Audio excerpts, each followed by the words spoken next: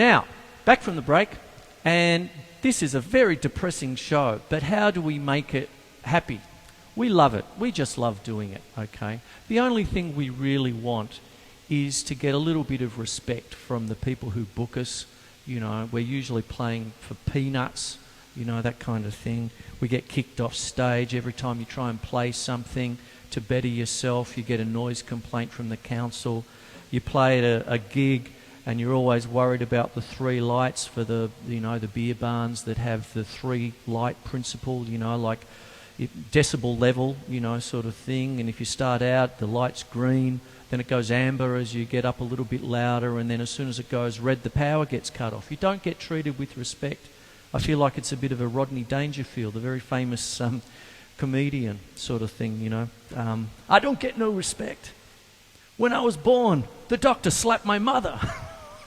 Rodney Dangerfield. Anyway, it doesn't matter. And what it is 8 years to break even, okay? Probably more like 10 years. And a few months ago, I did a show about a very famous and best-selling book called Outliers by Malcolm Gladwell. He did studies of people like Mozart and the Beatles and different people who are non-musicians and all this. And the 10,000-hour rule came into effect. And again, it's coming back now, even not only from a talent point of view, you know, where arguably it takes 10 years for anyone to really get inside their vocation. And, you know, like Malcolm Gladwell talked about the Beatles.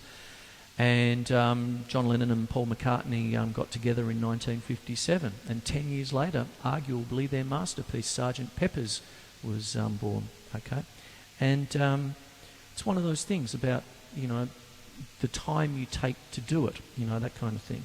And it keeps coming back again, this 10,000 hour rule, and it equates to, if you do 10,000 hours, 2 to 3 hours a day, practicing, playing, thinking, listening. You know, it's not all just continually paradiddles or whatever. You've got to listen, you've got to study.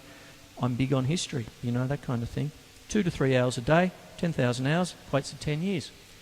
And the summary of tonight's episode is that the same applies financially, okay?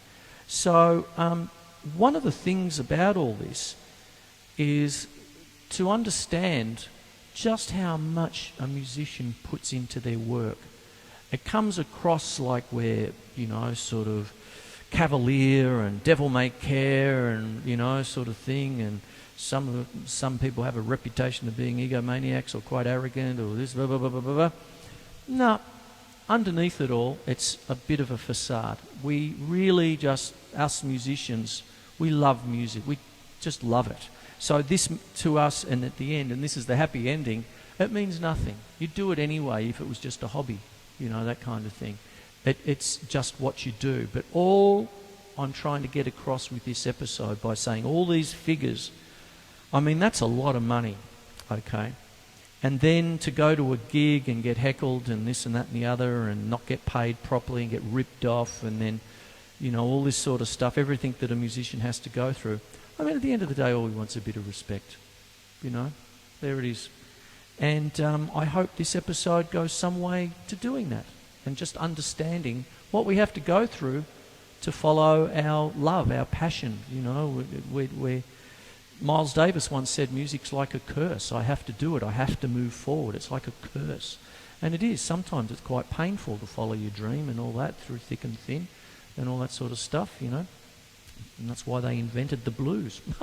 Anyway, I'll finish it off. My name is Chris Quinlan. I hope you enjoyed this episode of The Drum Show, formerly known as Melbourne Musos, for 15 long years. And essentially, tonight, I just want to talk about this business of music. Hope you enjoyed it. Hope you got something out of it. Okay, take care. I'll see you next week.